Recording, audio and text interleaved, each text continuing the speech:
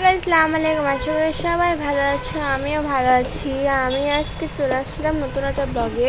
এখানে দেখতে পাচ্ছি আচার ঢালা হচ্ছে। এটা হচ্ছে আমের আচার।